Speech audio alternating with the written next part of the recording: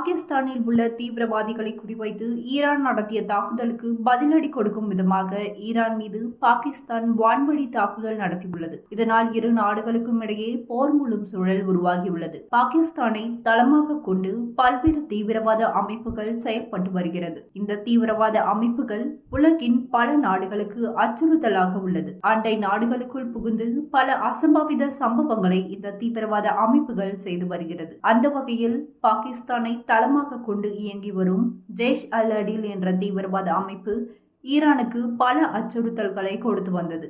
ஈரானின் பாதுகாப்பு படையினரை குறிவைத்து தாக்குதலையும் நடத்தி வந்தது.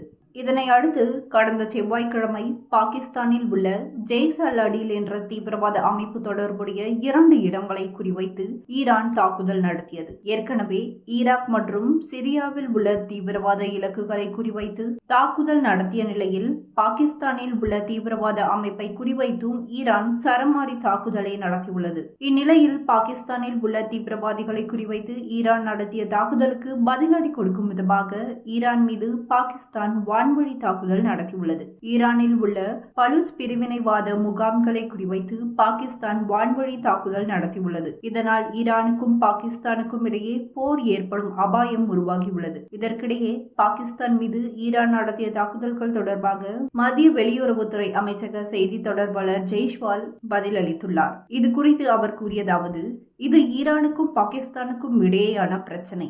இதில் இந்தியாவை பொறுத்தவரையில் தீவிரவாதத்தை ஏற்றுக்கொள்ளாது. மேலும் நாடுகள் தங்கள் தற்காப்புக்காக எடுக்கும் நடவடிக்கைகளை நாங்கள் புரிந்து கொள்கிறோம் என்று தெரிவித்துள்ளார்.